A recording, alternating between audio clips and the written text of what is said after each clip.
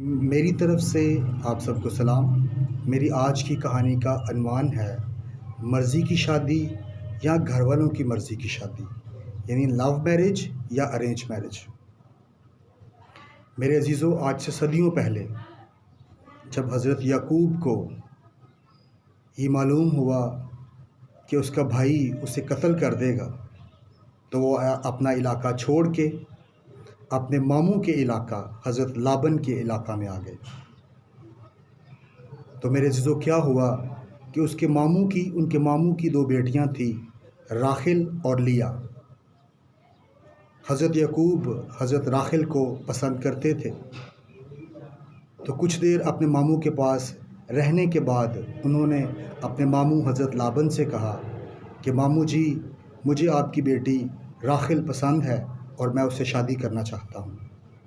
ماموں چونکہ اپنے بھانجے سے بہت پیار کرتا تھا، تو انہوں نے ان کی ہاں میں ہاں ملائی اور کہا مجھے کوئی اعتراض نہیں، لیکن اس کے لیے آپ کو 7 سال میری بھیڑ بکریاں چرانی ہوں گی۔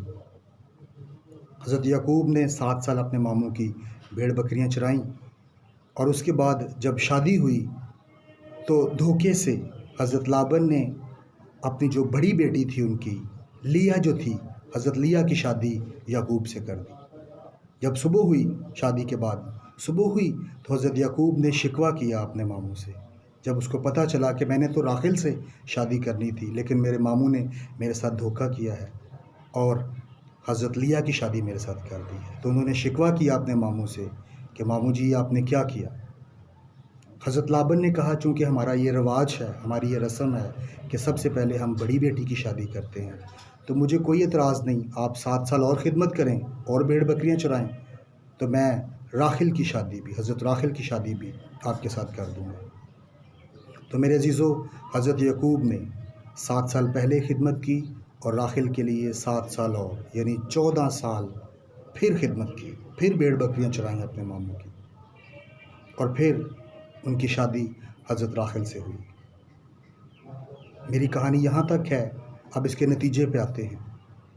میرے عزیزوں، میں یہ ہرگز نہیں کہہ رہا کہ سب لوگ مرضی کی شادی شروع کر دیں یا گھر والوں کی مرضی کی شادی شروع کر دیں، لیکن میں یہ لازمی کہہ رہا ہوں کہ لڑکی اور لڑکے کی شادی میں مرضی ہونا بہت ضروری ہے۔